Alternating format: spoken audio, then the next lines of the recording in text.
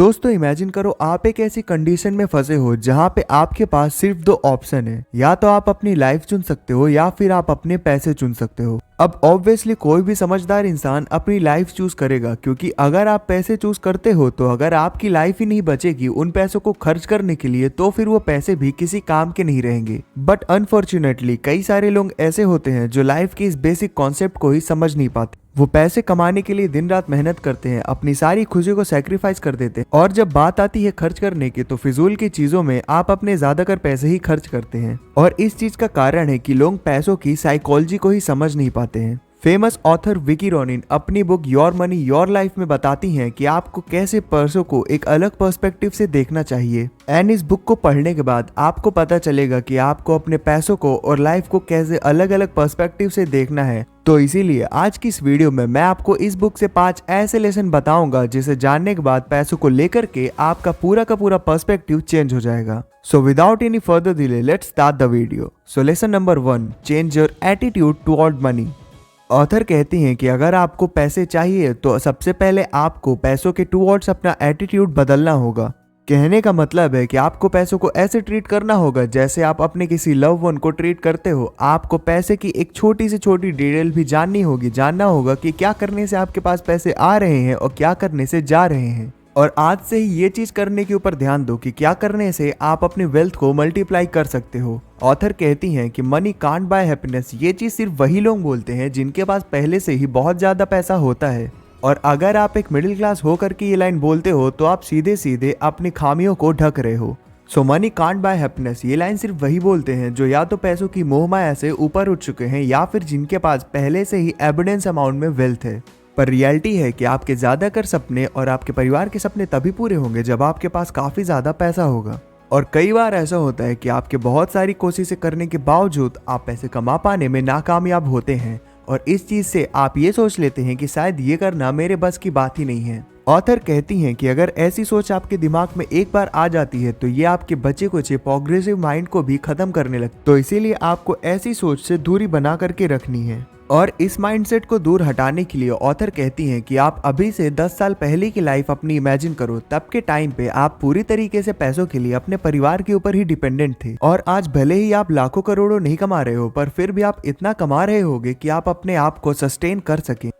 तो अगर सिर्फ 10 सालों में ही आपने इतना ज्यादा चेंज कर दिया अपने लाइफ को, तो सोचो आने वाले 10 सालों में आप अपने लाइफ को कितना बदल सकते हो। और अगर आप अपने लाइफ को ऐसे पर्सपेक्टिव से देखते हो तो जरूर ही पैसों को लेकर के भी आपका एटीट्यूड बदलेगा और आप अपने पैसों के साथ ज्यादा अच्छा रिलेशन मेंटेन कर पाओगे। Lesson number 2, know your worth. कहने का मतलब है इस स्टेप में आपको पता होनी चाहिए कि आपकी टोटल नेटवर्थ कितनी है। इन सिंपल टर्म, नेटवर्थ किसी भी इंडिविजुअल के टोटल एसेट और लायबिलिटी का सम होता है। अब कहने को आपको इस दुनिया के टॉप 5, टॉप 3 या टॉप के पर्सन का नेटवर्थ तो जरूर पता होगा, पर यहाँ पे मेरा मतलब है कि क्या आपको आपकी नेटवर्थ पता है। अब हो सकता है आपका आर्ग्यूमेंट ये हो कि मेरे पास करोड़ों रुपए थोड़ी है कि मेरी एक नेटवर्थ होगी, पर ये चीज बिल्कुल ही वैलिड नहीं है, क्योंकि हर एक इंडिविजुअल की नेटवर्थ तो होती ही है, फिर भले ही वो करोड़ों या लाखों में ना सही हजारों में हो। अगर आपको आपकी नेटवर्थ पता होती है तो आपका पैसों को लेकर के एटीट्यूड भी चेंज होता है, और आप ये भी पता कर सकते हो कि क्या चीज़ करने से आपकी ग्रोथ हुई है और क्या चीज़ आपकी लायबिलिटी है, क्या चीज़ आपकी एसेट है। ना नेटवर्थ पता करने के लिए आप सबसे पहले अपनी ग्रॉस इनकम कैलकुलेट कर लें, जो आपको आपके बैंक स्टेटमेंट से मिल जाएगी। फिर उसके बाद आपके पास जितने भी एसेट और लायबिलिटी हैं इन सब का भी सम कर ले। ये चीज करने के बाद आप अपनी सारी की सारी लायबिलिटी माइनस कर दे और जितना बचेगा वो आपकी टोटल नेटवर्थ होगी। तो अपनी नेटवर्थ कैलकुलेट करने के बाद अब चलते हैं अपने अगले स्टेप की ओर, जो कहता है know your per hour cost. इस स्टेप में आप पता करेंगे कि आपकी 1 घंटे की वैल्यू क्या है, और अगर आपको अपनी पर आवर कॉस्ट पता चल जाती है तो इसके बाद आप ये जान पाएंगे कि आप कहाँ पे अपना टाइम रियली में इन्वेस्ट कर रहे हैं और कहाँ पे सिर्फ आप उसे बर्बाद। तो अब हर इंसान की पर आवर कॉस्ट तो अलग होती है, तो इसीलिए हम देखते हैं कि एग्जाम्पल रमेश का।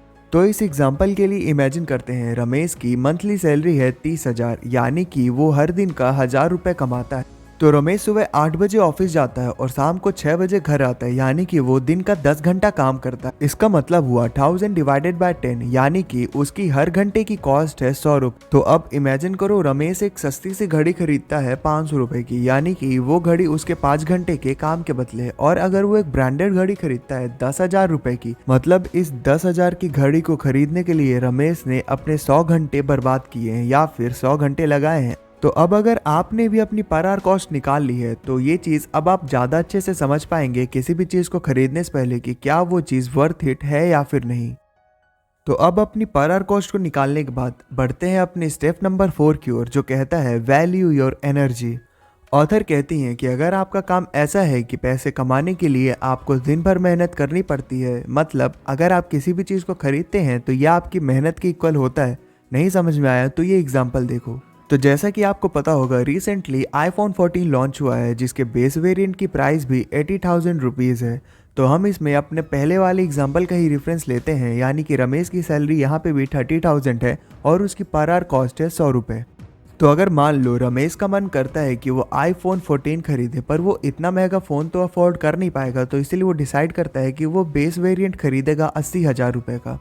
तो अब अगर रमेश 80,000 का आईफोन खरीदता है, यानी कि उसको इसके लिए अपने 800 घंटे लगाने पड़ेंगे, which is equal to 33 days. तो अब यहाँ पे आप ये सोचो, अगर आप रमेश की जगह होते तो क्या ये फ़ोन आपके 800 घंटे की वर्थ है या फिर नहीं। और अगर इसका आंसर हाँ है, आपको लगता है कि हाँ ये वर्थ इट है, तो आप इसे बेशक ले लो। पर अगर आपके अंदर थोड़ा सा भी इंटेलेक्ट जिंदा है और अगर आपको लगता है कि नहीं ये बिल्कुल वर्थ इट नहीं है मेरे 800 घंटे काम करने के, तो इसे आप बिल्कुल मत लें। अगली बार कोई भी चीज़ खरीदने से पहले आपको ये चीज़ ज़रूर अप्लाई करनी है कि क्या ये चीज़ वर्थ इट है या फिर नहीं। और अगर आप इस चीज़ को मान लेते हो तो मैं गारंटी देता हूँ कि आपके 90% फिजूल खर्चे तो बिल्कुल ही ख़त्म हो जाएंगे, क्योंकि आपने ये जान लिया है कि कोई भी चीज़ आपकी एनर्जी से बढ़ कर के नहीं है।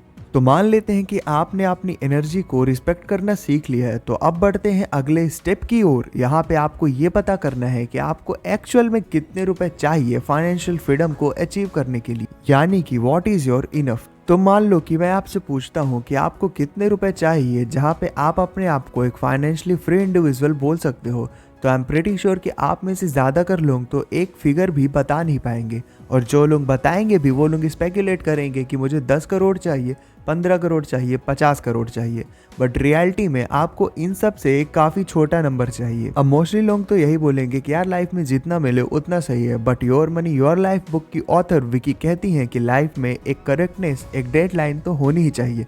मतलब आपको पता होना चाहिए कि आप एग्जैक्टली कौन सा नंबर अचीव करने के पीछे भाग रहे हो। तो अब सबसे पहले तो आप अपने लिए एक नंबर सेट कर लो कि आपको कितना अमाउंट चाहिए कलेक्ट करने के लिए, जिसके बाद आपको बहुत ज़्यादा काम करने की ज़रूरत ना पड़े।